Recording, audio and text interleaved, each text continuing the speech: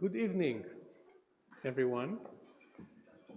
Ladies and gentlemen, dear speakers, artists, public here at the Katholische Akademie in Berlin and on the other side of our live stream. My name is Elad Lapidot. I'm a professor for Jewish Studies at the University of Lille and a co-director of the Berlin Center for Intellectual Diaspora. Our Diaspora Center is hosted by the Catholic Academy in Berlin and operates as a forum for discussion events on contemporary questions concerning the interaction between society, culture, politics, and religions, with emphasis on interreligious and intercultural encounters, interactions, as well as tensions and conflicts. This evening, we open our international conference titled 60 Years After the Algerian War, Interculturality in the Postcolonial Age. The Evian Accord, which were signed on 18 March 1962 by France and the Provisional Government of the Algerian Republic, ended 8 years of war and 130 years of French colonial rule and established Algeria as independent. Over the 6 decades since, the Algerian War of Independence has become a symbol for the beginning of a new era in global history. This new era is characterized by the proclaimed end of Western hegemony, the end of European history as global. This era, ours, understands itself as the time after European domination, a time or multiple times of post, a time of post-colonialism, but also of post-modernity, post-secularity, post-humanism, etc., etc. The times of post reconfigure the relations between European civilization and its others, first and foremost by a proclaimed split, by acts of independence, and more generally by the disintegration, disruption, dispersion, diaspora, of the allegedly unified space of culture. The postcolonial era is an era of diversity and difference, an era of diasporas, where culture is a space of multiplicity, a space of in-betweenness, of intercultural, interreligious, interethnic, interracial, interepistemic. This conference seeks to reflect on spaces of inter in times of post. We invited intellectuals, scholars, and artists to discuss models of intercultural dynamics that developed in the aftermath of the Algerian War and other events such as the Vietnam War, the Second Vatican, and May '68. How did the age of decolonization and postcolonialism reshape the discourse and practice of intercultural and interreligious relations? To what extent interculturality itself is a sign or site of decolonization? To what extent, on the contrary, intercultural relations may reproduce colonial or generate neo-colonial patterns? The contributions in this conference will examine the emergence of intercultural dynamics in various intellectual traditions, European and non-European, the development of new categories and constellations of identity, otherness, dialogue, the interrelations between epistemic, cultural, religious, and political, as well as aesthetical, musical, artistic, and literary aspects. We will also discuss the reactions to these new developments and forms of critique and resistance. Our conference is especially interested in how this reflection on interculturality in the age of postcolonialism may shed light on socio-political and cultural phenomena, trends and concerns of our present time. This evening, we begin the exploration in Algeria with a conversation on intercultural relations in post-war Algerian literature. This conversation will be moderated by Sadia Agsous Binstein, a specialist in Arabic and Hebrew languages, literature, and culture, who teaches in the Department of Arabic Studies at the University of Paris 8 Vincennes, and will shortly present to you the other two participants, Leah and Claudia. Before and after literature, our evening will begin and end with an intercultural, interlingual, and interphonic music performance by Elshan Ghasimi and Eva Glasmacher, with an original composition of a text by Jacques Derrida. Before I invite the two musicians, I wish to thank all participants for their engagement in making possible this encounter, and acknowledge the support of my colleagues at the Berlin Center for Intellectual Diaspora, Stefan Steiner, Gesine Palmer, Brie Schröder, Larissa Gregg, and the entire team of the Catholic Academy, as well as the cooperation with the research project Replito and our colleague Hannah Zuberi, and the cooperation with the research group Minor Cosmopolitanisms. And please join me in warmly thanking Yael Attia for her tireless efforts and true passion in giving life to this event.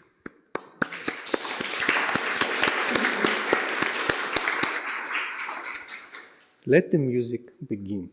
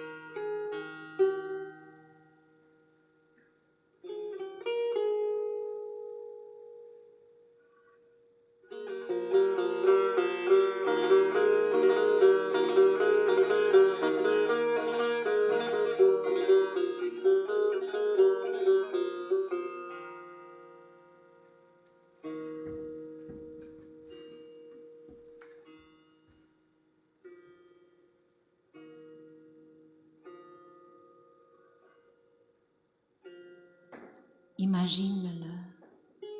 Figure-toi quelqu'un qui cultiverait le français, ce qui s'appelle le français, et que le français cultiverait, et qui, citoyen français de surcroît, serait donc un sujet, comme on dit, de culture française. Or, un jour, ce sujet de culture française viendrait te dire, par exemple, en bon français: je n'ai qu'une langue, ce n'est pas la mienne. Et encore, ou encore, je suis monolingue. Mon monolinguisme demeure et je l'appelle ma demeure. Et je le ressens comme tel. J'y reste et je l'habite. Il m'habite. Le monolinguisme dans lequel je respire même, c'est pour moi l'élément.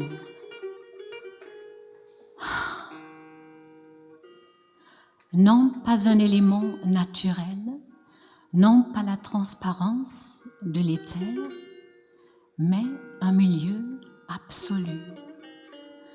Ce solipsisme intarissable, c'est moi avant moi à demeure.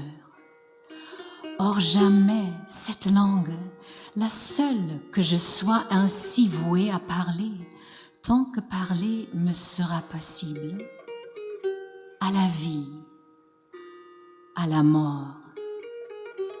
Cette seule langue, vois-tu, jamais ce ne sera la mienne.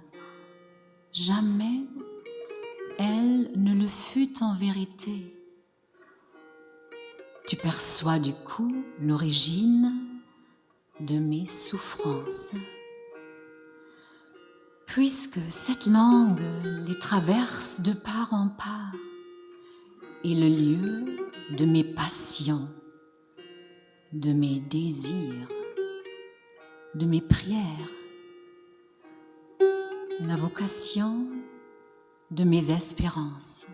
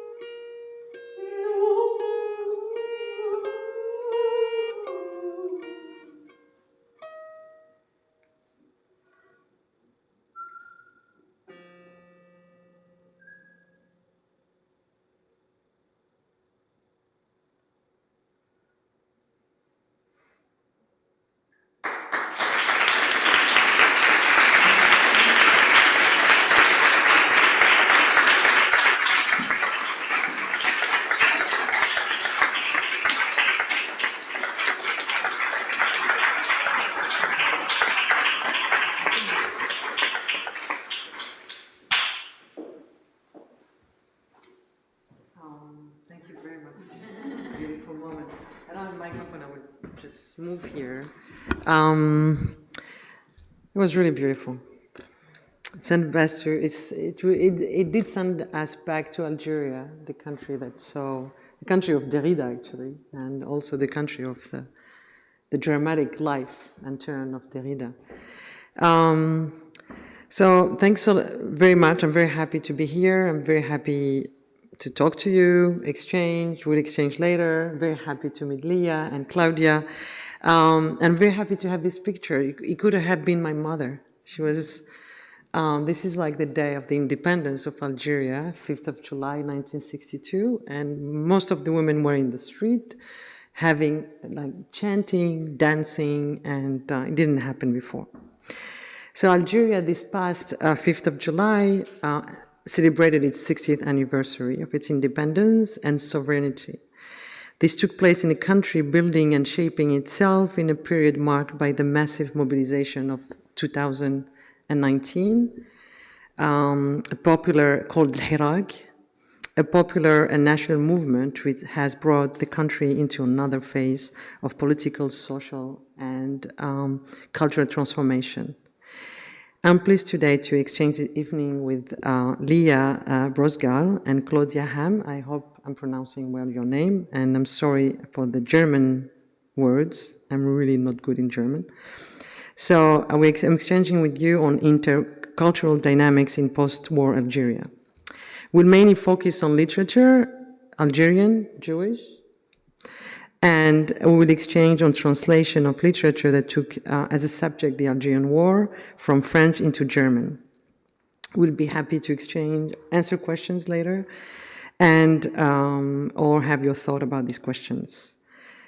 Leah, very happy again to meet you. Leah Brozgal, you are professor at the European Languages and Transcultural Studies of UCLA. Your research and teaching area are Francophone North African literature, culture and history, as well as contemporary France. You are the author of Essays on North Africa, Literature and Cinema, Beur, Cultural Production, Chronicles of the Holocaust in North Africa, and Judeo-Maghrebi Literature and Film. You published, and this is an important book that came, that I need to talk about, at least give you the title, since we celebrated also the massacre of Algerians in Paris that took place in October 1961. So you wrote this book, Absent the Archive, Cultural Traces of a Massacre in Paris, 17 October 1961. And Against Autobiography, Albert Memmi and the Production of Theory. And you edited a few other books. So I'm encouraging people to go on her webpage and check her work, very interesting work. And Leah will talk to us today about Algerian literature and the Jewish turn. Claudia Hamm from Berlin. I'm amazed with all the languages you have. I think you speak, well, of course, you have German, you have French, you have Italian, I think Spanish. I'm sure somewhere you speak Arabic when you sleep. Claudia today will talk to us about the German perception of France. Joseph Andras corrects a myth. So you were born in Jena, GDR, and immigrated to West Germany in 1983 with your family. You are an author, theater director, and literary translator. You brought writers such as Emmanuel Carrère, Nathalie Quentin, and Joseph Pondus to the publishing houses, I don't know how to pronounce the name in German, Mathers and Seyss Berlin. Is it correct? Okay. You translated the works of Joseph Andras that you are going to talk to us about it today. And I think it will be a really important question that we are going to listen about and have your opinion and your work and your task as a translator from French into German. And you received a lot of praises, for your work as a translator. All the respect. Elad, you introduced me. This is how it will happen tonight. I will first express some thought about postcolonial Algeria and the definition of Algerian literature, even if it sounds too ambitious. and followed by Leah, who will extend on Algerian literature and the Jewish turn, and finally, Claudia will close our talk with the beautiful subject of translation, in her translation of Joseph Andras, a French writer who dealt with, in his novel in French, De nos frères blessés, with the Algerian War. I would say that you are dealing with the linguistic, cultural, historical, and literary transfer. So now I'm going to stop for 5-15 minutes. When the African-American writer James Baldwin escaped racist America in 1948, he settled in France, in Paris, but he was poor as Les Misérables of the east side of the city that he lived with. These Misérables refers to the Algerian workers, the same who were repressed in October 61 and thrown in the river. Baldwin, in his book No Name in the Street, published in 1972, writes about their miserable condition. But he was also very critical toward the French intellectuals who didn't understand why the struggle for independence, i.e. why the Algerians struggled for independence. One of them was Albert Camus. For the question, can we fight for equality, Baldwin writes, European humanism appeared to expire at the European gates, so that Camus, who was dedicated to liberty in the case of Europeans, could only speak of justice in the case of Algeria. And yet, he must have surely known, must have seen with his own eyes some of the results of justice in Algeria. Baldwin goes further on the polemic, and he writes, there are no ways for Camus not to have known that Algeria was French only insofar as French power had decreed it to be French. It is power, not justice, which keeps rearranging the map, and the Algerians were not fighting the French for justice, but for the power to determine their own destinies. Political freedom is a matter of power and has nothing to do with morality. Baldwin's work shows how the Algerian War of Independence had an important impact even after 1962. For your conference, you write, this independence closed the dominant circle of European hegemony of this European history as global, universal history. But is that really the case? This is the question I ask through literature. So I will try to answer by giving later the example of Algerian literature. Algerian independence generated an international revolutionary dynamic. Algiers was called la capitale de la révolution, the capital of the revolution. The genuine revolutionary Amilcar Cabral, or known as Abel Jassi, says, Muslims go on pilgrimage to Mecca, Christians to the Vatican, and a liberation movement to Algiers. Algiers hosted the Black Panther Party, the Palestinian liberation movements, different Palestinian liberation movements. It's hosted also the African National Congress. Actually, the first passport that Nelson Mandela got was an Algerian passport. There were also artists like Nina Simone who went and visited Algeria for a period. The American journalist Hélène Mortefi writes in her book Alger, capitale de la Révolution, the following. My history with Algeria will never end. It has invented and occupied my being for all these years. I was among the dreamers who went there to build a new world.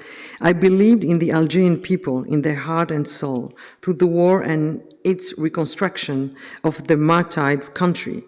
I received affection and recognition as well as a home. I have never met an Algerian who was not devastated by so much injustice, so much misery, still unresolved.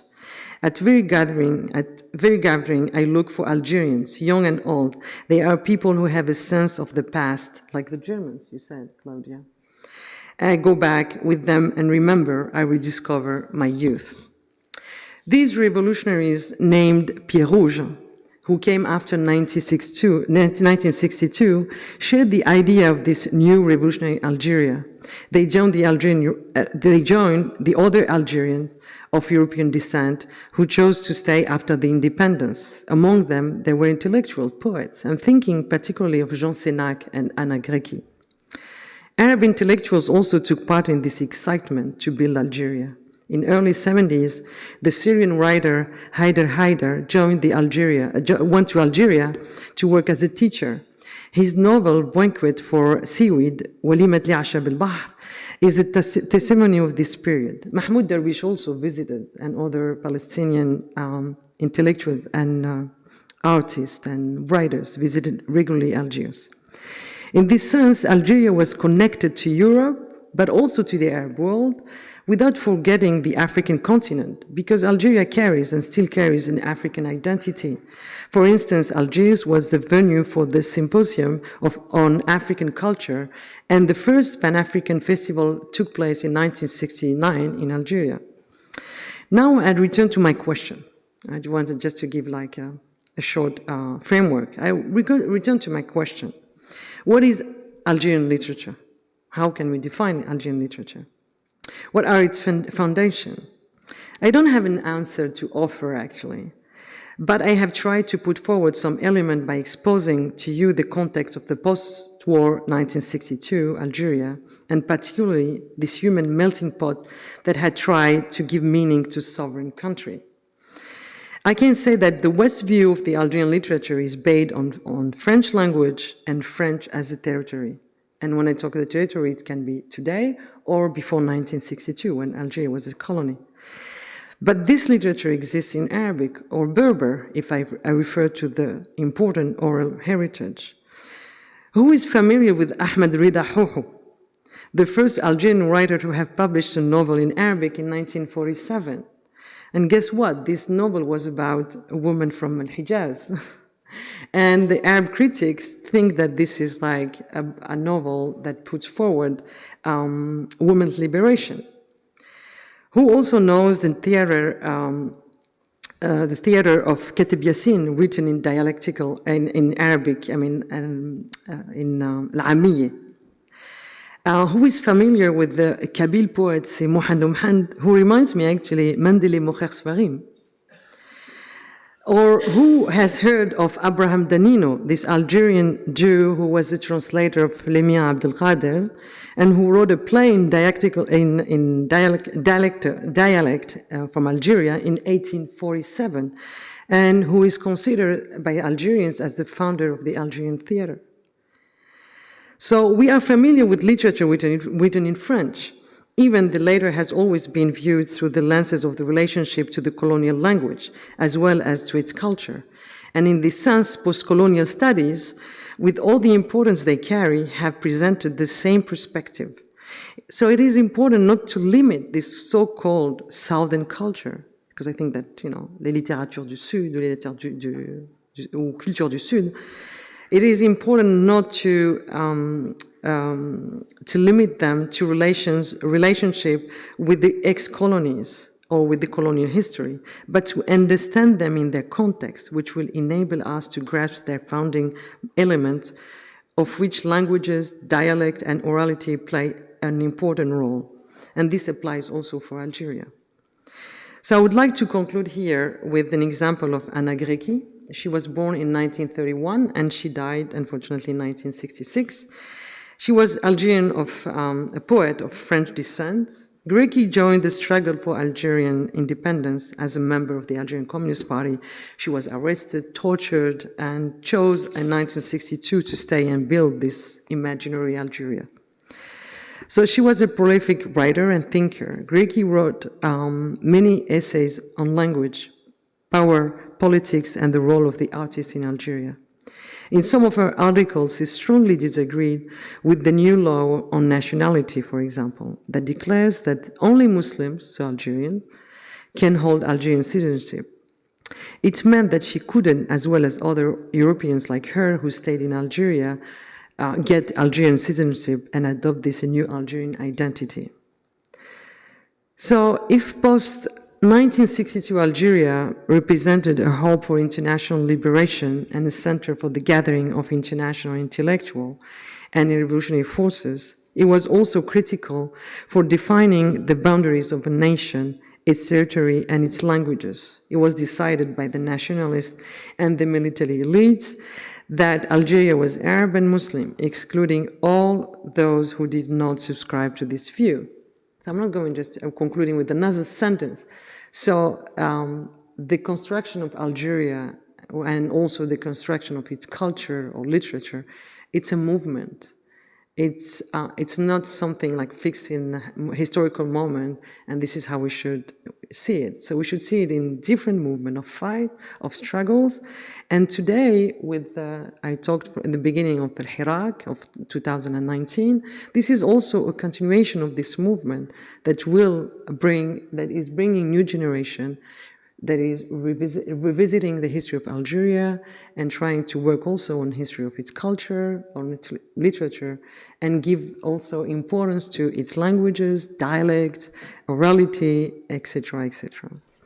So I don't know if we have time to read an Agreki poem, so I prefer to leave time for this reading. Yeah. Oui.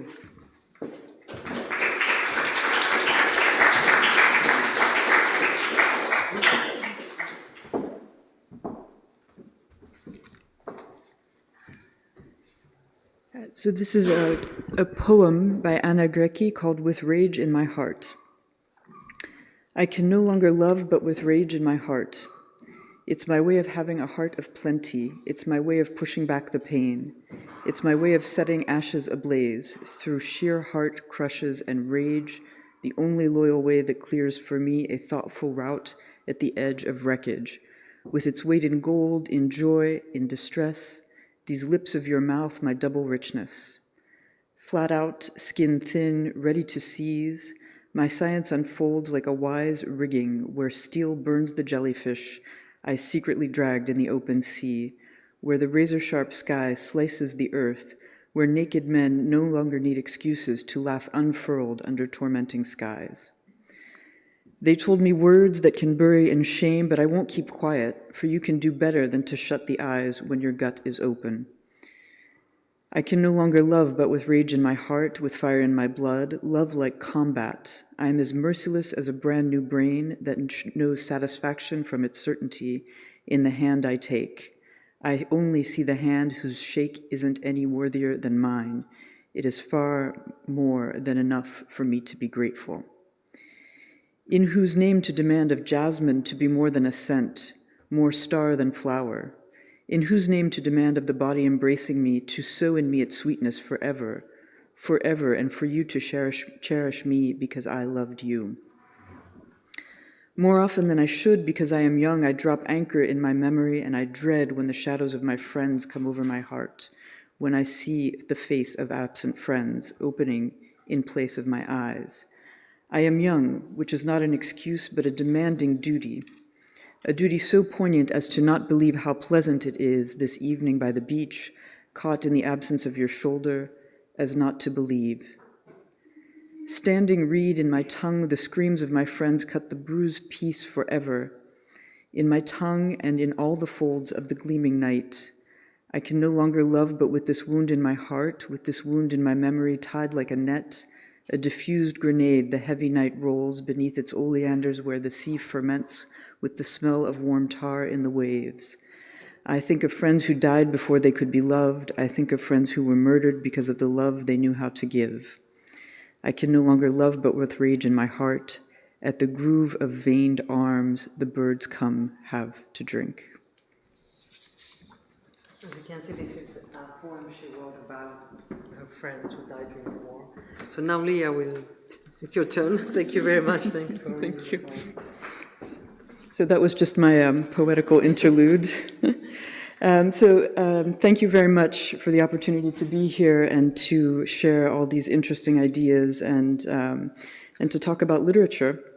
The title of my talk is Algerian Literature and the Jewish Turn, which I'm putting in quotation marks, the Jewish turn, not Algerian literature.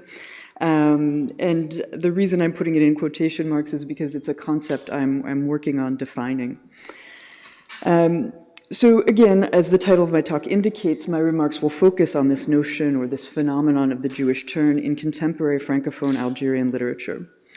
And my goal here is to suggest that even after the exodus of nearly all the Jews in 1962, Jewish life and experience remained a statistically minor, but nonetheless critically important theme in Algerian cultural production.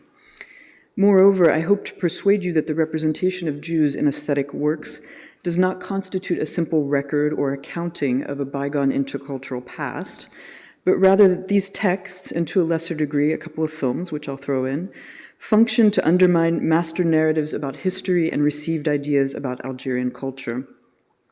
And so because of what I think are the wider reaching implications of this topic, I would also like to use this platform as an opportunity to consider broader questions related to the diversity and variety of Algerian literature and the stakes of literary critique, which is admittedly quite a lot for 15 minutes, but I'll do my best. So to this end, I'd like to set the stage with a perhaps pugnacious anecdote. Indeed, I'm going to pick a fight with a guy who is not here to defend himself. In 2019, Taoufik Belfadel, a young Algerian writer, literary critic, and social commentator, lamented the state of contemporary French language fiction in his country. In an op-ed piece titled "Why is Today's Algerian Literature So Miserable?" or we might say so lame, written in French and published in Marianne, a French weekly news magazine, Belfadel delivered a scathing indictment of his compatriots' literary output. And here is an excerpt of his critique. And I quote, "The problem is twofold.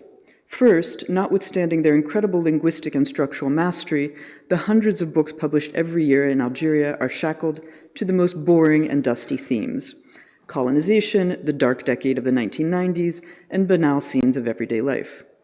Second, the action of these books is always limited to the same old tired setting: Algiers, the sea, and the mountains. Only a few works manage to escape this bitter and depressing observation. There are no major works of fiction on homosexuality, which is an important phenomenon in Algeria. There are no philosophical novels. There's no science fiction. There are never any Black, Jewish, or simply any non-Algerian characters. All Algerian fiction takes place within the closed frontiers of Algeria. Algerian literature today is thus ghettoized in its geography, its culture, and its national identity. Contemporary Algerian literature is nothing more than the biography of the country." End quote, a scathing indictment. Belfadel goes on to say that, quote, "To save Algerian literature from this decline, from this slow suicide, it would be necessary to valorize alterity and to free the imagination," end quote. Nonetheless, despite this sort of positive idea of what might change things, this vision of today's Algerian literature put forth in the piece is so bleak and so baldly essentialist that I had to wonder for a moment if I was reading a piece of satire. After all, if I were to translate his assessment into the terms of our conference, I would be compelled to say that for Belfadel, when it comes to Algerian literature, there seems to be no inter in the time of the post. So I'd like to circle back to the various mischaracterizations in this essay by Belfadel and to the implications of those mischaracterizations in a moment. But for now, I want to pursue his assertion that there are, quote, "never any Jewish characters in contemporary Algerian fiction," when the truth of the matter is that there have always been Jewish characters in Algerian fiction, and this is as much the case for the colonial period as it is for the postcolonial era. And in fact, I would dare to say that the past 2 decades alone have seen a kind of blossoming in both the number and type of representations of Jewish characters and Jewish themes in Algerian fiction and in Algerian cultural productions more generally. So I'm situating what I'm calling the Jewish turn in the aftermath of what's often referred to as the dark decade in Algeria, which is the civil war that tore the country apart between 1991 and 2002. This periodization that I'm proposing is actually motivated by factors internal to the literary production, and by this I mean that after 2000, the works of literature we find that deploy representations of Jewish characters and experiences do so in a particular way, in a certain proportion, and are heavy with the political implications of their aesthetic choices. This signals actually a distinct shift in the trajectory of Algerian literature, in the trajectory of Algerian literary history, insofar as Jews are concerned. Whereas from the late 19th century to independence in 1962, there was a lively production of literature in French by Algerian Jews, and whereas from 1956 onward, any number of novels by non-Jews feature minor or seemingly incidental Jewish characters, the Jewish turn itself is marked by a shift to literature by non-Jews about Jews, meaning that Jews are central characters and that the Jewish experience itself is the primary driver of the narrative intrigue. So I'd like to give you two examples of this. I identified two Algerian novels as emblematic of what I'm calling the Jewish turn. The first one is by a writer named Boalem Sansal, and it's called Le Village de l'Allemand ou le Journal des Frères Schiller, which was published in France in 2008 and has been translated into English as the German Mujahid and into German as Das Dorf der Deutschen oder Das Tagebuch der Brüder Schiller. It's the winner of multiple major literary prizes and was considered a sort of bestseller in France. The novel itself tells the story of two brothers, Rachel and Malrich Schiller, living in present-day Paris, but born in a village near Sétif to an Algerian mother and a German father. The latter, the German father, is revealed to have been a high-ranking Nazi officer responsible for the technologies of mass extermination. The brothers' discovery of their father's past leads to a sustained reflection on guilt, intergenerational responsibility, and the transmission of traumatic memories. The book itself is structured around the trope of the found manuscript and recounted by each of the brothers in turn, and the novel manages thus to pull together a transgenerational narrative of the Shoah, the bloody civil war of the 1990s in Algeria, and the contemporary rise of Islamic fundamentalism in the hardscrabble French suburbs, what are often referred to as les banlieues. This is absolutely a baldly comparative work, and Sansal has publicly defended the story's conflation of Nazism and Islamism, of the French suburbs and concentration camps. The second novel that I consider emblematic of this Jewish turn is titled Fils du Sheol, which has not been translated into English that I know of. The title would translate to something like Son of the Sheol being a Hebrew term for limbo, or the place of the dead, the place in between life and death. This novel was written by Anwar Ben Malek. It was published in France in 2015, and as I mentioned, I believe it's yet untranslated into any language, although there may be a version in Arabic. We will confirm. Despite the lack of international attention, the work has been celebrated by literary critics in France who've qualified Ben Malek as nothing less than a Mediterranean Faulkner. The book is, like Le Village de l'Allemand, it's structurally very complex. It's divided into 4 parts and narrated in reverse chronological order, beginning during the Second World War with a Jewish boy named Karl, who we find in a cattle wagon, traveling towards his death in a gas chamber in Poland. For the remainder of the novel, once Karl has passed through the gas chamber to the other side, he resides in this titular Sheol, this sort of place of the dead, from which he observes life on earth.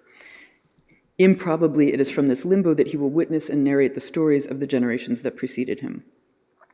Moving back in time, the second part of the novel takes us to early 1940s Berlin, where we meet Karl's father, Manfred, a German Jew, and his mother, an Algerian Jewish woman named Elisa. And they're living under the terror of denunciations. They struggle with the impossibility of both leaving and staying, and eventually are rounded up and deported along with their son.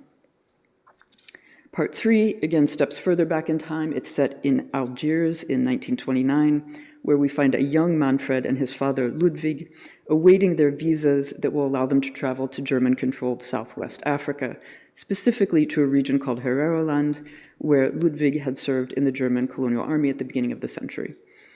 It is during this stay in Algiers that Manfred meets and falls in love with Elisa, and that the reader gets a glimpse of both interfaith relations in colonial Algeria and the reason for Ludwig's nostalgic obsession with his time in Namibia. Part 4, the last part of the novel, finally is set in 1904 in Namibia, and here the novel describes a torrid love story between Ludwig, German Jew, and Hitje Verve, a Herero woman who he has been tasked with guarding. This portion of the novel is also one of the few literary representations of the brutal treatment of the indigenous peoples at the hands of the German colonial army. The novel ends with Hitje Verve, the Namibian lover, who has been pressed into service preparing the craniums of her countrymen to be shipped to Germany for study and display.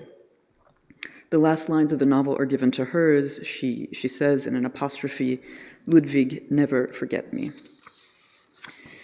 So by virtue of content, form, and sheer audacity, both of these novels starkly challenge Belfadel's claims not only about the paucity of Jewish characters in Algerian literature, but also about the claustrophobic nature of Algerian literature, its lack of aspiration toward the universal, and its absence of imagination. Both novels hint at our possible condemnation to repeat the past, and both use history to think about the present.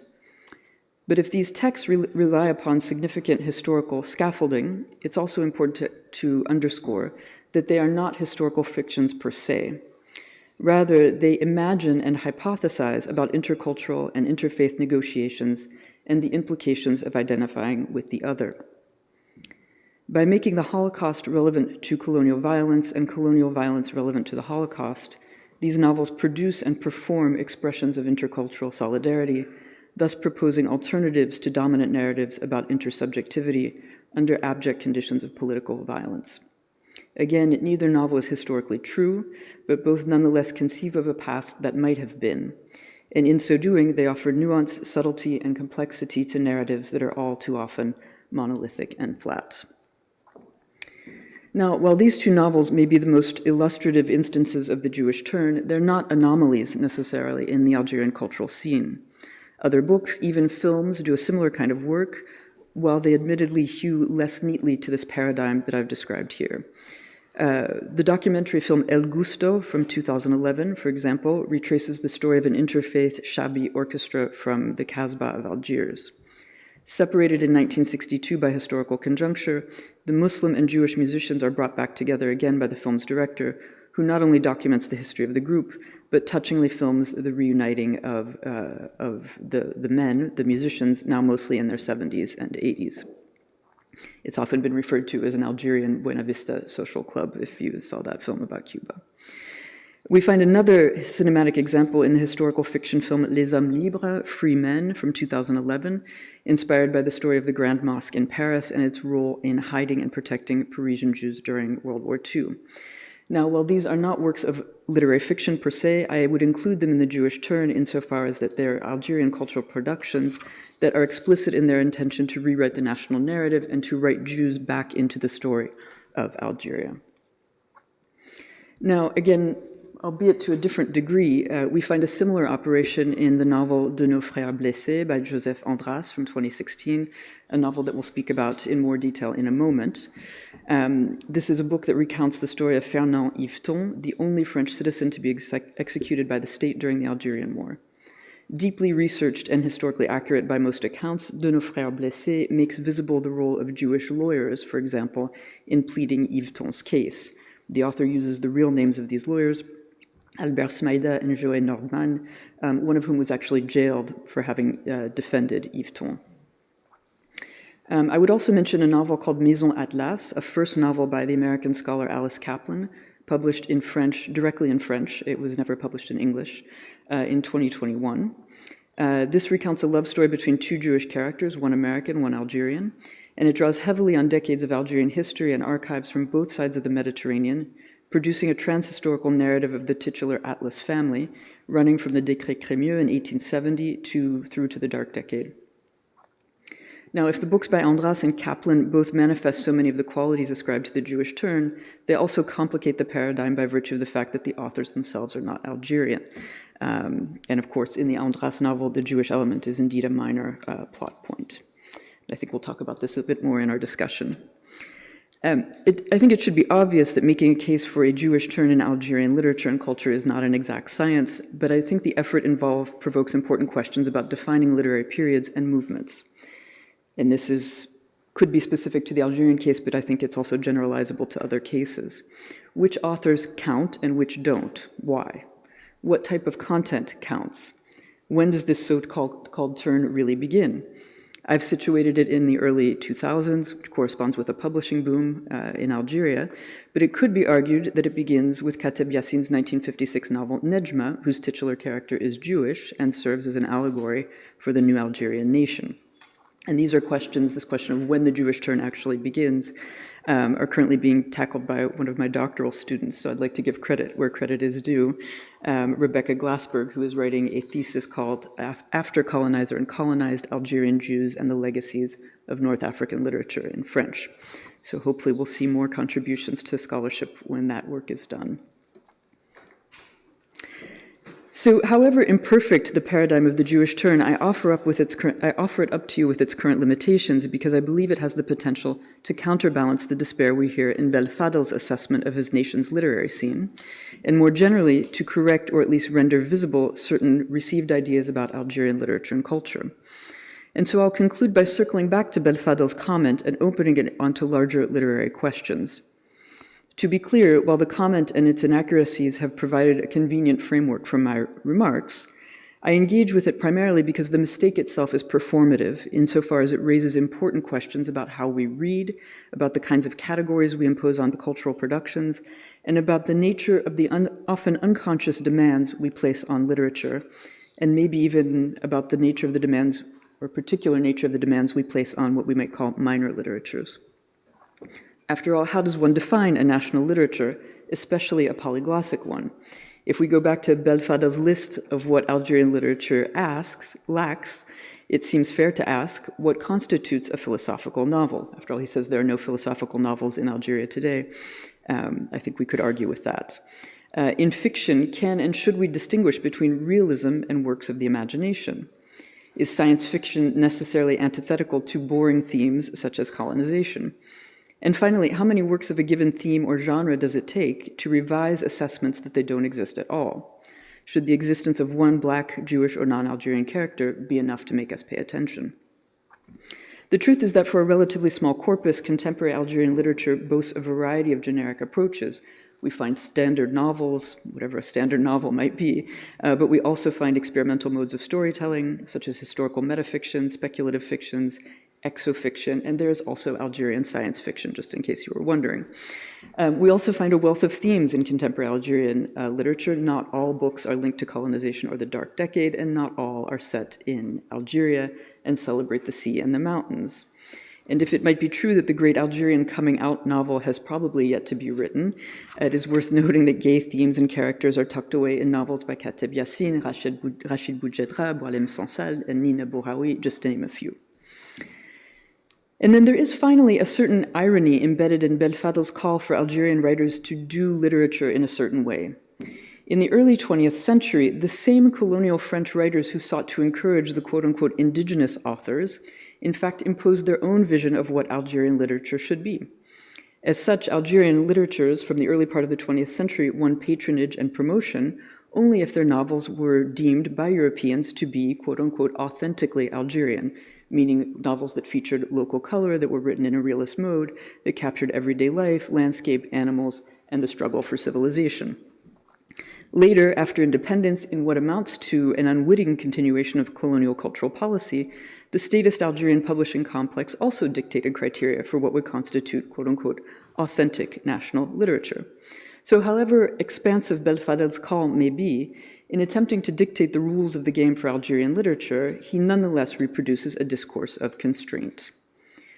Notwithstanding more than a century of dictates of different types, the fact remains that Algerian authors have long found a way to subvert the constraints imposed on them, long used literature to sabotage existing power dynamics, and to give voice, subtly and through detail, to a vast variety of experience. As my rapid survey shows here, all that Belfadel describes as lacking in Algerian literature is in fact already there. So the remedy to his despair lies not in changing how Algerians write, but perhaps in changing how we read. And so I'd like to end as a bridge to Claudia's talk on words by the author of the novel she translated, words by Andras. And he wrote the following about his sort of philosophy of literature, and I quote, "I have no illusions about what a book can do, almost nothing. Social upheavals are the affair of bodies in action. But everywhere and for all time, bodies are nourished by ideas, either directly or in a more diffuse manner. And so this almost, for now, prevents me from succumbing to darkness." Thank you.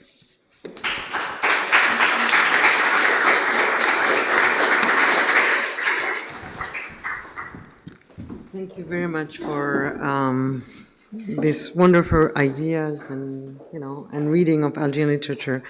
Again, we raised Belfadel, and again it was published in Marianne, again in France, again about French literature, etc., etc. I really very much appreciate your remark. Claudia, your turn. Do you want me to stay with you to read the words? No? Okay.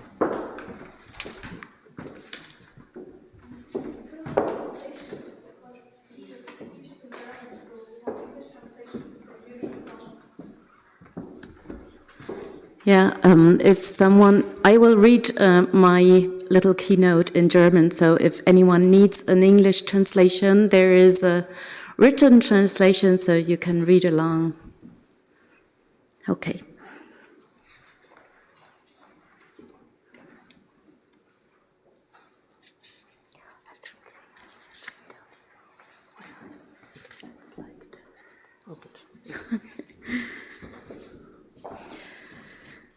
Ja, vielen herzlichen Dank erstmal auch von meiner Seite für die Einladung an Elad, Jael und alle auch von der Katholischen Akademie. Vielen herzlichen Dank für die Vorstellung, liebe Sadia, und die Impulse meiner beiden Vorrednerinnen. Ich freue mich sehr, in dieser illustren Runde dabei sein zu dürfen, in der ich mich ganz klein fühle angesichts der geballten Kompetenz und des thematischen Schwerpunkts des heutigen Abends. Denn im Gegensatz zu meinen Panel-Kolleginnen habe ich über das Nachkriegs-Algerien im Grunde nichts zu sagen. Ich bin nie in Algerien gewesen und mein Bezug zu diesem Land stammt, wie bei so vielen Ländern, vor allem aus der Literatur. Als Übersetzerin aus dem Französischen ins Deutsche habe ich allerdings die Geschichte des französischen und deutschen Kolonialismus im Gepäck. Und seit mich der Hansa Verlag zum ersten Mal gefragt hat, ob ich den Autor Joseph Andras übersetzen wolle, bin ich über das Buch Die Wunden unserer Brüder, auf Französisch De nos frères blessés und Englisch Tomorrow they won't dare to murder us, Lia hat schon drüber gesprochen, auch näher mit dem kolonialen Treiben in Algerien in Berührung gekommen, und zwar in meinem Fall vor allem sprachlich, das heißt in den für das übersetzerische Tun so charakteristischen zahllosen Mikroentscheidungen, mit denen in Abstimmung mit dem Original einerseits eine ganz individuelle literarische Stimme und das heißt Positionierung entstehen muss, mit denen aber auch historische, politische und koloniale Narrative entweder verstärkt oder verstetigt oder aber gebrochen werden. Auf jeden Fall aber für eine andere Weltgegend und ein anders sprachliches Publikum rekontextualisiert werden müssen. Das macht unruhig. In meinen Übersetzungen sieht diese Unruhe gelb aus. Mit Gelb markiere ich in der Rohfassung Stellen, die noch auf Entscheidung warten, weil sie entweder noch recherchiert oder erklärt werden müssen oder weil sie eine zweifelhafte Fracht mitführen. Wörter wie Metropole, Englisch Motherland oder Deutsch Mutterland können gelb werden oder Métis, Métis. Will man im Deutschen wirklich Mischling dazu sagen? Und in französischen Büchern wimmelt es von diesen beiden Begriffen. Aber auch Wörter wie Aïk können gelb werden. Soll dieses traditionelle Kleidungsstück eine deutsche Bezeichnung werden? Und wofür, wenn man die Realien nicht kennt? Oder soll es mit weißes Baumwolltuch umschrieben werden, wie es manch andere Übersetzerkollegen tun und was vielleicht noch mehr exotisiert? Auch les Fels können gelb werden. Das ist die abwertende Bezeichnung für arabische Unabhängigkeitskämpfer oder auch les paras für Parachutist, zu denen man wissen muss, dass diese in Algerien besonders brutal an Folterungen beteiligt waren. Gelb werden können aber auch Schimpfwörter wie Bougnoul, Bicot oder Crouille, zu denen es keine deutsche Entsprechung desselben Registers mit einer ähnlichen Bilderfracht gibt, weil wir im Deutschen andere Ethnien wortreicher herunterputzen und heruntergeputzt haben. Auf jeden Fall schießt bei Gelb ein fieser Druck in den Magen. Beklemmung, Ratlosigkeit, eigene Ansprüche, ein irres Gemisch. Dann kommt das Wiederlesen, das Nachhören, Zeit und dann ein Schreibversuch, der nie abgeschlossen ist. Was an solchen gelben Stellen die Magenschmerzen bereitet, was hier zu verhandeln ist, ist nicht nur Sprachliches, wie man es bei Übersetzungsproblemen vermuten mag, sondern auch die gesamte Sphäre des Postkolonialismus mit allem, was da ins Bewusstsein rückt. In der Ankündigung dieser Konferenz, Elad hat es vorhin nochmal zitiert, heißt es, wir leben in einer neuen Ära der Geschichte, die vom Ende westlicher Hegemonie bestimmt ist. Das könnte inmitten der weltweiten Krisen ja eine gute, ja überraschende Nachricht sein. Immerhin geht es dabei um Würde, Gerechtigkeit, Wahrheit.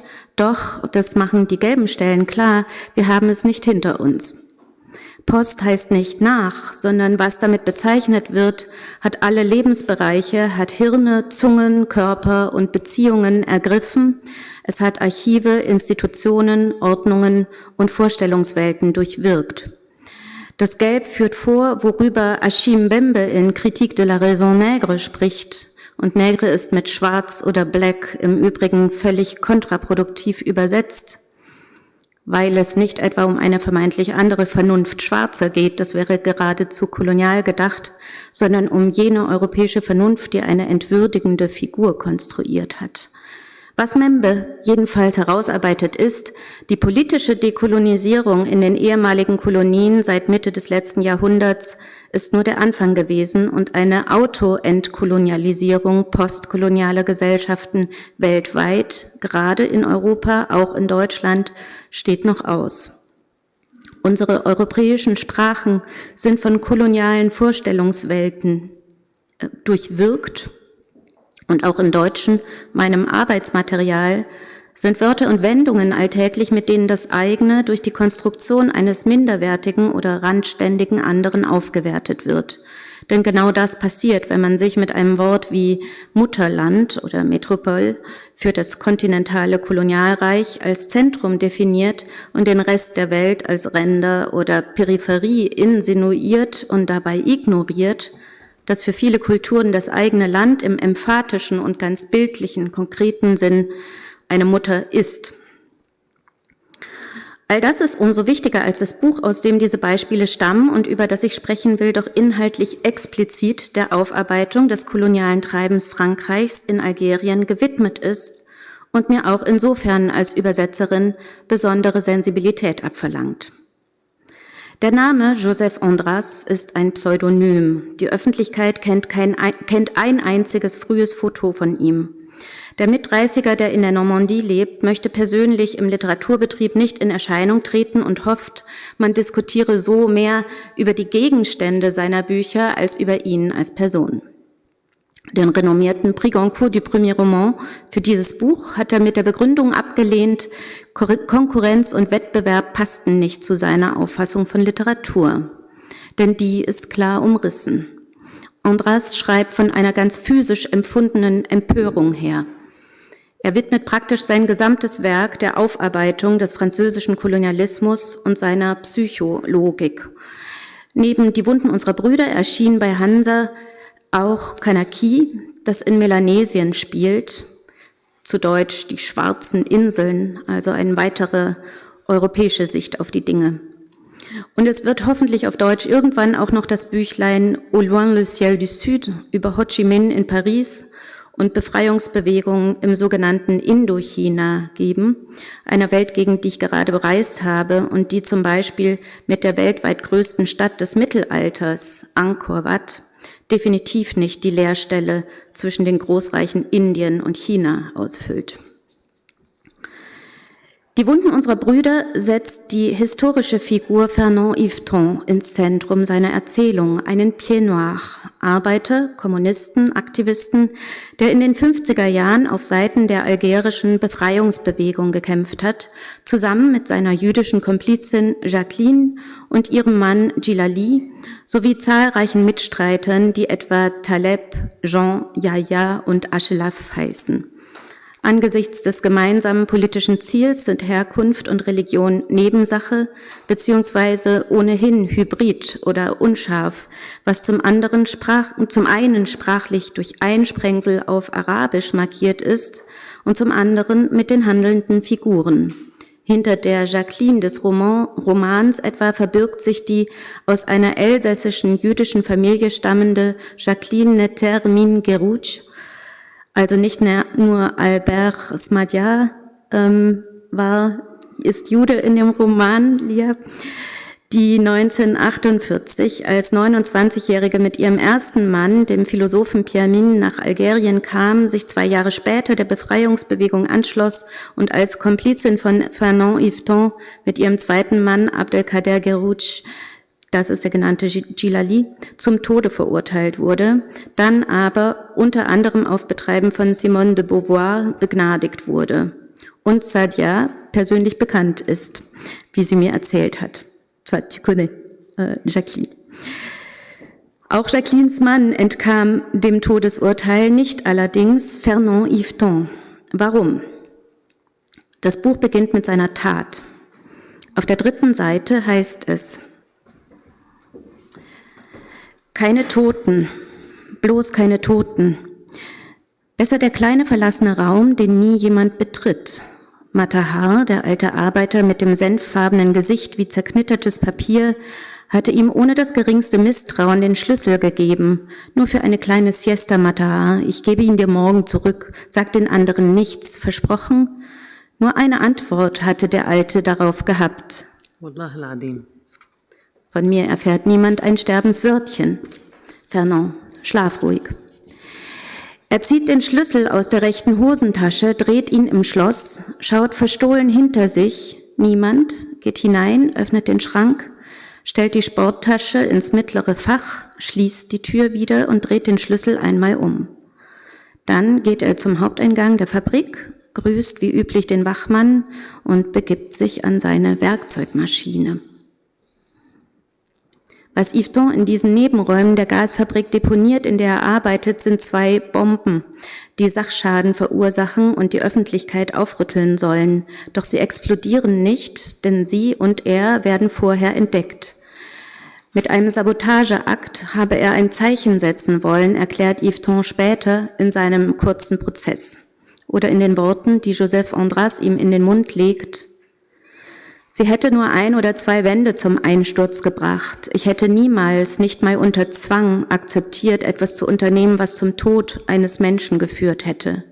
Ich habe geglaubt, meine Aktion könnte beweisen, dass nicht alle europäischen Algerier Anti-Araber sind, denn es gibt diesen Graben und er wird immer breiter.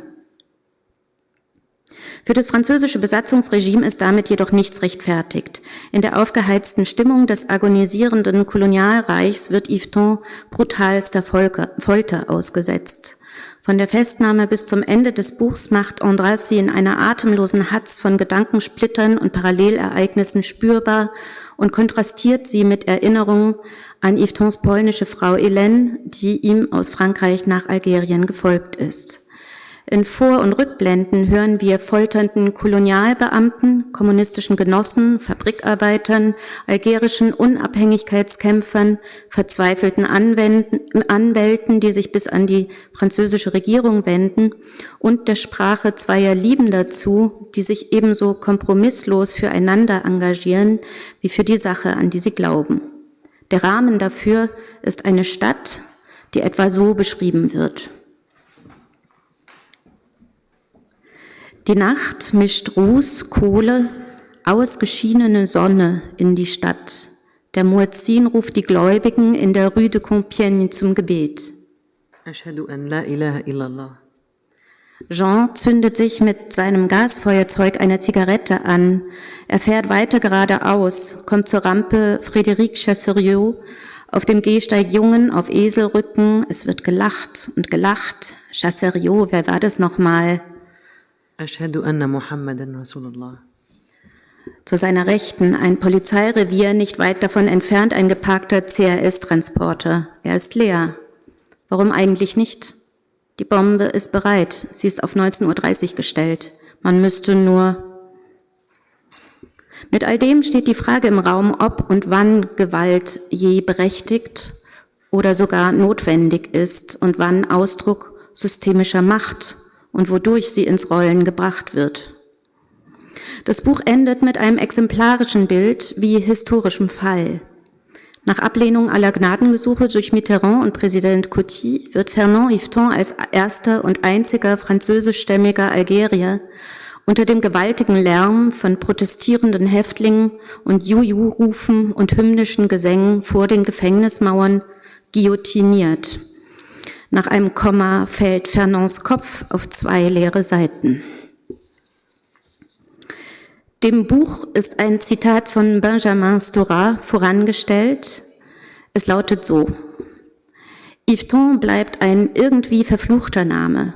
Man fragt sich, wie Mitterrand das ertragen konnte. Ich musste den Namen 2 oder 3 Mal in seiner Gegenwart erwähnen. Er löste jedes Mal ein fürchterliches Unbehagen bei ihm aus, das sich in Schluckauf verwandelte. Da prallt man auf die Staatsräson. Was dieses hier nur kurz skizzierte Buch zeigt, das wie gesagt nicht im Nachkriegs-Algerien spielt, sondern 1957, also mitten im Krieg, ist unter anderem Folgendes. Erstens. Das Buch führt Interkulturalität bereits im kolonialen, nicht im postkolonialen Zeitalter vor. Das im Konferenzthema sogenannte End of Western Hegemony, das der Algerienkrieg begründet habe, wird von der Unabhängigkeitsbewegung in der Phase ihrer Konstituierung und ihres frühen Agierens bereits gelebt, unter dem Banner von politischer Unabhängigkeit und Sozialismus oder Kommunismus.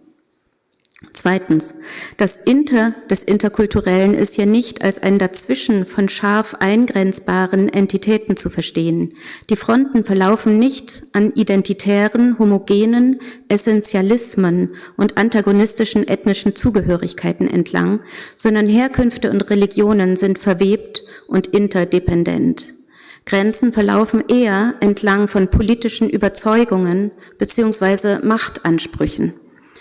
Diese stimulieren allererst die jeweilige Identifizierung, nicht Identität. Als ein Freund Yveton zum bevorstehenden Urteil sagt, du bist Franzose, dich werden sie am Leben lassen, antwortet er, nein, ich bin Algerier. Drittens und letztens.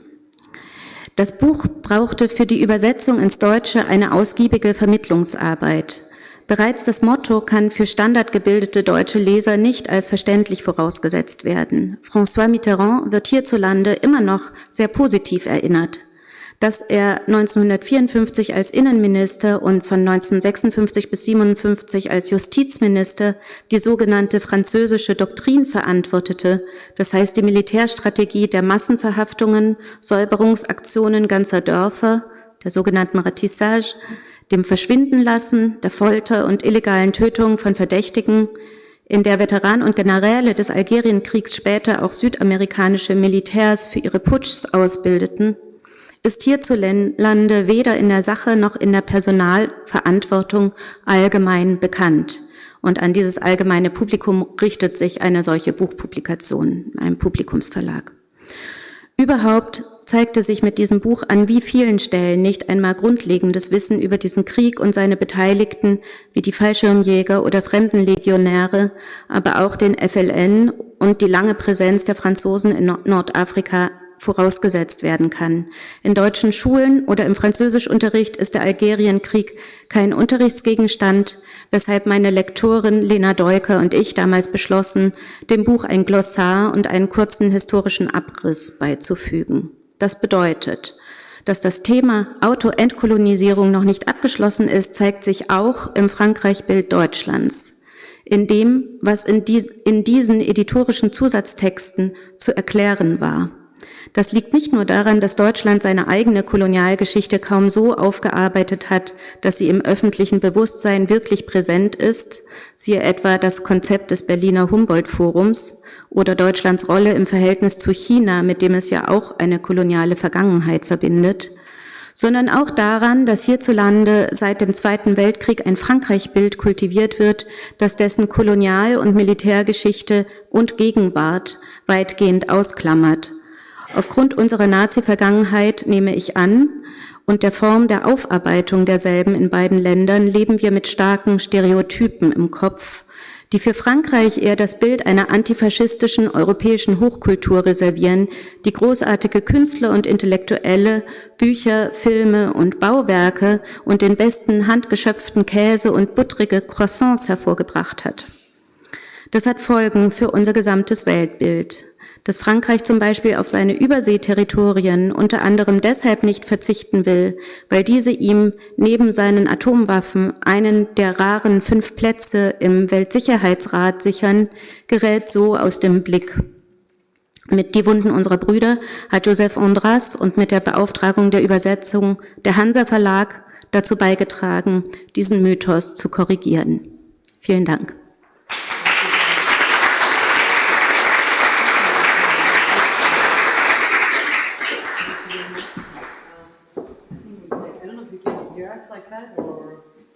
the discussion. Thank you very much for your talk. You said everything, and I don't have questions now. So just like, you know, come here. It's like necessary. He helps me. Okay. I think we'll just move on with like one or two questions. First of all, I would like to start with Leah. Before asking the question, it's interesting that the last talk confirms the fact. Okay. Thank you very much. Thank you. Yeah, we were talking earlier, and I was making the point that I was saying that the Algerian War and its dramatic Algerian War is a French problem. And actually, you added another complexity. It's a German problem also. And I very much, this is like you can write a book through this note. It's very, very interesting to think about. I would like, then Leah, and I'm interested now in your definition of Algerian literature. And I think that your PhD student is very interesting. Finally, the point is that the Jewish character has been there, not from the 90s, but before. And while I was listening, I was thinking the same thing, you know. And so what is your definition of Algerian literature? Do you consider the author who wrote before 62 as part of the Algerian literature? In other words, do you set this literature between pre- and post-independence? Well, thanks for the question. So, no, I guess no. I don't consider that there's a break, a sort of a radical break in Algerian literary history that would happen in 1962.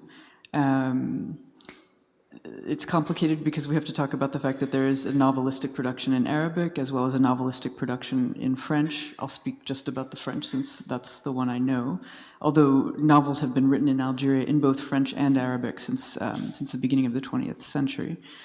But this question of how you define Algerian literature outside of the question of temporality, who counts as an Algerian author, I think is really fascinating. It's interesting to note that at the beginning of, not the beginning of the colonial period, but at the beginning of the period under French colonialism, when French, and by French I mean European extraction writers, were living in Algeria, experiencing Algeria, and writing about Algeria, they considered themselves the first purveyors of Algerian literature, and they considered themselves Algerian writers. They weren't Algerian, sort of, I don't know what terms you want to use, administrative terms, or if you want to talk about bloodlines, but they were of European extraction, and they defined themselves as Algerian writers. And I think this is very interesting and incredibly problematic. And also, the native Algerians would come to see those French colonial authors as the Algerian writers, or the first Algerian writers. So there's a kind of interesting colonial imposition on the literary history. And so I would certainly stretch this question of Algerian literature back in time to begin with the first literary productions written by Algerians, by people we would call today Algerians. The question is, would we want to be generous enough to include the French colonial writers from the late 19th century in that category? And I'm not sure about that. But it could be a very interesting proposition to write Algerian literary history from that perspective. Then in a more contemporary moment, this sort of question I hinted at, though I was sort of working with a more narrow category of Jewish Algerian literature, but the same questions apply to Algerian literature. Again, who's in and who's out, right? So our panel ends on a book written by a Frenchman about an episode of Algerian history, Franco-Algerian history, we could say. But what does it mean that we ended our panel on Algerian literature with a book by a French guy? Is that a problem? Could that book be considered Algerian literature? Should it be? Because the content is Algerian? And so I think it's very interesting to pose these questions, and then to sort of play devil's advocate to myself, I would say, well, I mean, let's think about bigger literature, literary productions, right? Let's think about German literature, let's think about American literature, etc. Would we accept for a book written, I'll just use myself as an example, would an American literary market accept a book written by somebody who's not American, though with American content in the book, would that be considered American literature or not? I don't know. I don't think we're having these conversations when it comes to major literatures, and I think that's also a problem. As we were saying earlier today, it's there's institutional and pedagogical factors that are involved in this as well. At least in the United States, nobody's ever offered a class that I know of on Algerian literature, but we do offer courses, rarely, but we do, on North African literature, almost always in French or taught in translation. So it's a long-winded answer to your question, but I think while it's very interesting to include Andras or the American author I mentioned, Alice Kaplan, writing in French about Algerian problems and writing a very important Algerian history through this fiction, well, I think it's interesting to consider that these might be works of Algerian literature, that we might include them in a corpus that we would name Algerian literature. It certainly raises a lot of problems. And I think, again, those are interesting things to think about and interesting things to consider. Yeah, it's really important question. This is why I made the point that each culture, its literature need to be seen in its own moment of foundation and construction. And like I learned that from the Palestinian experience and Palestinian literature. Working on Palestinian literature, you have to ask the question, what is Palestinian literature? It is written by Palestinians or on Palestine. But the Palestinians themselves, they will consider Ilyas Houri, who is Lebanese, but to write about Palestine, as a writer on Palestine. So as a Palestinian, they gave him the citizenship. It's fine. So it's interesting to see for each experience how you define literature. And I believe that what we are exchanging here, it's another way of defining literature, because I think that this literature of the South will bring a different way how to build concept of literature, etc., you know, that goes over and goes beyond the nation building, right? Claudia, so I said you answered to the question I had, but I was wondering about the reception, more about the reception of your translation in Germany, because we can invent links between Algeria and Germany, but there were links between Algeria and Germany after the independence and the DDR, because a lot of Algerians went and became future cadre of Algeria, and they came back home with German wives. You know, some of them had German wives, and mixed, you know, they were mixed couple, mixed families. So I was like, you know, you were telling me that, you know, there's no knowledge about Algerian War here. And I was just wondering about this erasing of memory that must have been there during the war, after the war, you know. So I just wanted to have your opinion on that.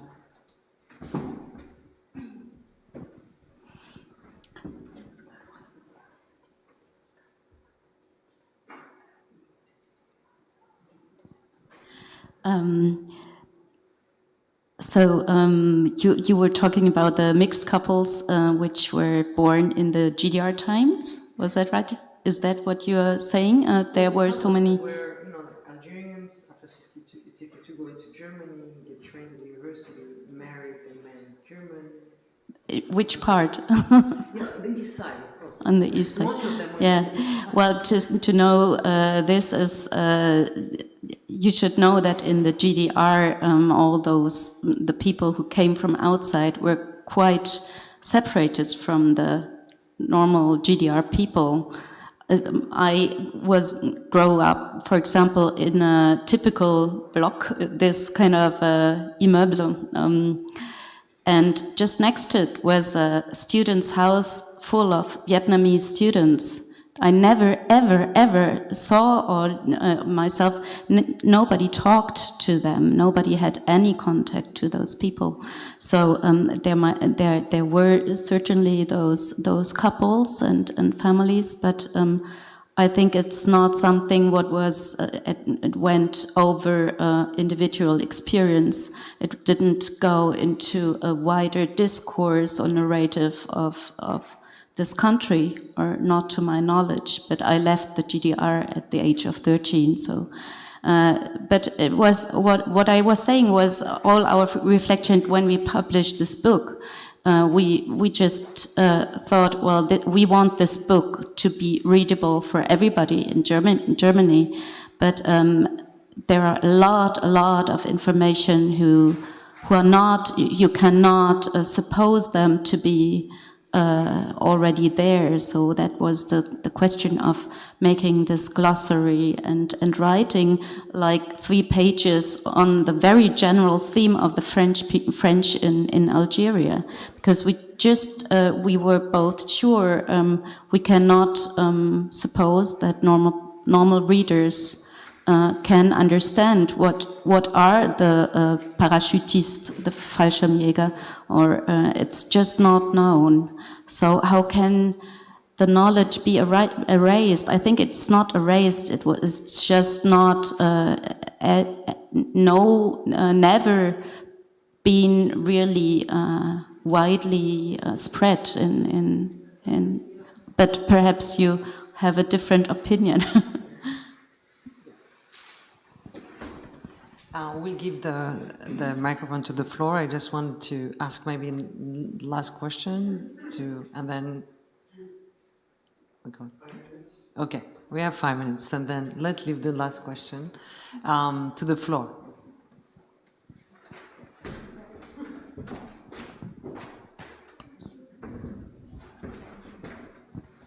This was amazing, girls. Really, the 3 of you fascinating. I enjoyed each of you. I wanted to. I find it very, like, if we allocate, literature itself was colonized. Like what is literature is already, we are already in the side of colonialism. Like I work on Egypt, but we are in the same zones, French, English. It's not so, like, there are differences, but there are not. So I wanted to ask, how do you allocate literature within the intellectual history? Like, whether there is a Algerian Nahda. You didn't mention the Nahda, so I was wondering, in Egypt it was, and Lebanon and the Sham, it was second half of the 19th century. So if you could put us, like, zoom out and allocate it in the, what happened? Do we have a Nahdawis, Nahdawiyat, like last third of the 19th century? And then what happens, like where do we look for literature? Do we look for literature in literature? Because like the central site of writing was journalism, was magazines and journals, and like you could find short stories and columns written in a beautiful prose, not in a literature journal. So maybe there we could find what we cannot find in what is defined as literature. Thank you. We take maybe another question. Is there? And then I have a question. Maybe it's connected to your question, and I was wondering, like, how is the connection maybe also, because you were mentioning journals, and how's the connection between maybe Algerian journals in the 60s and, for example, Beiruti journals, because Beirut was quite famous in that time too for being like a, if you say, mecca of revolutionary movements or people going there. So I was wondering if there is a connection between the journals. Very specific question, but yeah. Wow, this is like we're talking about the historical. It's a very interesting debate. Thank you very much for the question about Algerian literature and Nahda. As you probably know, that when we talk about the Nahda, which is this Renaissance, awakening cultural movement within Arabic space, wherever it is, this Arabic space. We call it Arabic because there are political reasons to call it Arabic, but it's more than Arabic because it includes Berbers, Kurdish, and anyway. But the Nahda was concentrated on the Middle East, and North Africa was left completely in the research about, no, in the research, I'm meaning the research. So there's still a lot of work to be done to see who were the Nahdawi. I consider Ibn Badiz as a Nahdawi. I consider Abdul Qadir as a Nahdawi, as part of that. But it's not, they're not seen yet as part of this Nahda. So there's a lot of work. I mean, if there are Arabic teachers here who want to have students working on PhD and as a subject I think it's an important issue. Now, by the 60s, you had novels. People did not just publish in magazines, right? Even in Algeria. And Algeria did not, yeah, of course, the writers would publish their short stories in journals, but we had already books because they also inherited from the colonial period all this tradition of publishing novels. And they would publish not in Algeria only, but in France, in Beirut. And Beirut, we were, in the 60s, were beyond the publishing literature in journals. Now, where do you find these journals in general? From the Nahda, in archives. They're in Cairo, they're in Lebanon, they're in Israel. Actually, the National Library of Israel, of Jerusalem, has a lot of material, for example, for the Palestinians, or even that goes like materials about journals from Beirut, from Cairo, etc., etc. But there is a lot of work, to be done to include Algerian, or to do research work about Algerian literature and the Nahda, I think there is another microphone. Thank you very much. I really enjoyed it. And my question is specifically to Leah, because you were talking about, this kind of solidarity in bringing the Holocaust and colonial atrocities, and I'm wondering how is it that bringing the Jewish back into, so to say, the nation is through the Holocaust, which is not necessarily the experience most formative to Algerian Jews, if you understand my question. So in the novels, they mention the Holocaust, but most Algerians didn't. That was not their trajectory, the Holocaust. So how can it be that that's bringing back the Jews of Algeria, so to say, into Algeria back through the Holocaust rather than through kind of a more ambiguous story of... Okay, I think I understand your question. You're right, historically, but I think it's more through the work that literature does so well, which is through analogy and comparison and metonymy. And so, yes, you're right. There's we should be laughing about this. But of course, the Holocaust wasn't the experience of most Algerian Jews. There was not a mass deportation from Algeria, although, of course, Tunisia was occupied, experienced camps. There was, to a certain degree, sort of threats looming over the Jews of those countries. Of course, the Jews of Algeria were stripped of their French citizenship at that point, which made them more vulnerable, etc. But I think what I'm getting at is not so much that it's writing like a factual history of these people back into a national fabric, because that wouldn't be true. But I think in both novels, the suggestion of these potential intergenerational, interfaith, intercultural solidarities through analogy, through hypothesizing something that could have been, is a way of inscribing the realities of the existence of these groups into a national narrative. But I didn't mean to indicate that there was something sort of historical about the record. No, I was just interested if there are actually also stories, other appearances of a more kind of Jewish Algerian experience that is also being portrayed in those novels. Yeah. Certainly in those novels, there are other aspects to the experience, but in those that was a limited set of examples that I could give. And right now on the spot, I would need to call up more. But I did give some suggestions, and as Claudia pointed out during her talk, there's not just the two Jewish lawyers in the book about Yveton. There's also one of the revolutionaries, and I'll also just, if I can give a shameless self-promotion, there's I'm coming out with a translation of a book that will be called in English, A Jewish Childhood in the Muslim Mediterranean. And this was originally curated by Leila Sebar, who's an Algerian writer. And she asked Jewish writers from Morocco, Algeria, Tunisia, Egypt, Lebanon, and Turkey to write a personal reflection. It could have been creative, it could be more journalistic, on the experience of growing up Jewish in a Muslim country. And here you find there's Algeria is the most represented of those countries in this collection. And here you find a set of Jewish experiences recounted, whether it's Algeria or not, that never make reference to the Holocaust, right? So we don't need that as a sort of trope to pass through. But it's a very interesting, because also there's no, one of the things I find most interesting about this set of essays, there's 34 of them in all, is that the experience recounted is incredibly variegated, and it doesn't track according to country necessarily. The ways in which these authors describe their experiences of their childhood is just, it gives you a remarkable sense of the heterogeneity of the experience, right? So there's not just one Jewish experience in the Muslim Mediterranean, there's multiple ones, as many as there are authors. I think that we're running out of time. Thank you very much. I just want to conclude with one sentence before listening to your beautiful music and voices, that when we take the example of Algerian literature, it sets in the post, inter, but also in the pre. I mean, it sent us back to the war and to the colonial time. So we should see that this literature within this historical and framework and moment. Thank you very much. Thanks a lot.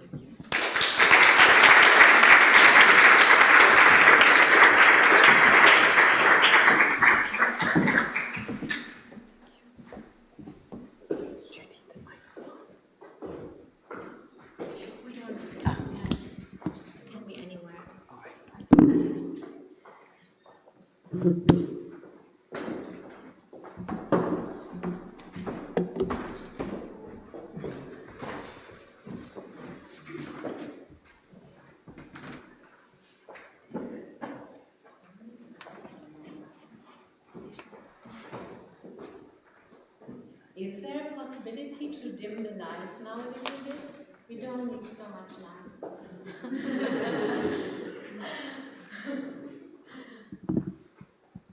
If not, it's not a problem. It could be nice.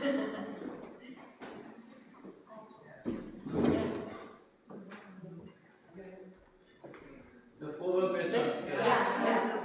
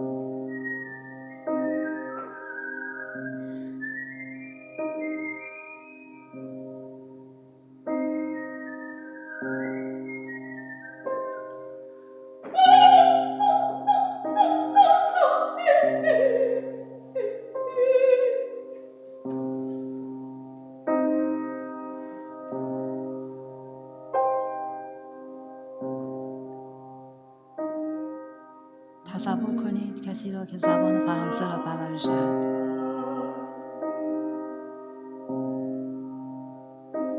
چیزی که به آن زبان فرانسوی میگویند.